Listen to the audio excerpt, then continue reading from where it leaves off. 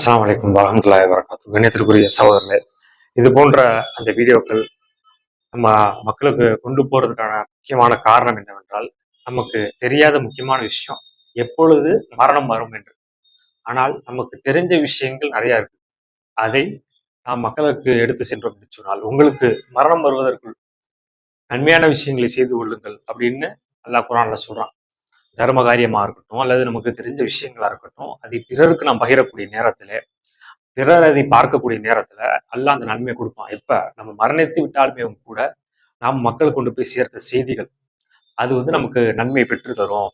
பயனுள்ள கல்வி மரணத்திற்கு அப்புறம் நம்மளை தொடர்ந்து வரும் என்று நபிகள் நாயகம் ஸல்லல்லாஹு அலைஹி வஸல்லம் சொல்றாங்க. அப்ப நமக்கு தெரிந்த குர்ஆனுடைய வசனங்களோ அல்லது மார்க்க ரீதியான விஷயங்களோ அல்லது பொதுவாக எந்த ஒன்றாக இருந்தாலும் நமக்குள் வைத்துக் கொள்ளாமல் பிறருக்கு நாம் எடுத்து வீடியோக்கள் மூலமாகவோ அல்லது எழுத்துக்கள் மூலமாகவோ நம்ம கொண்டு சேர்த்து கொண்டே இருக்க வேண்டும்.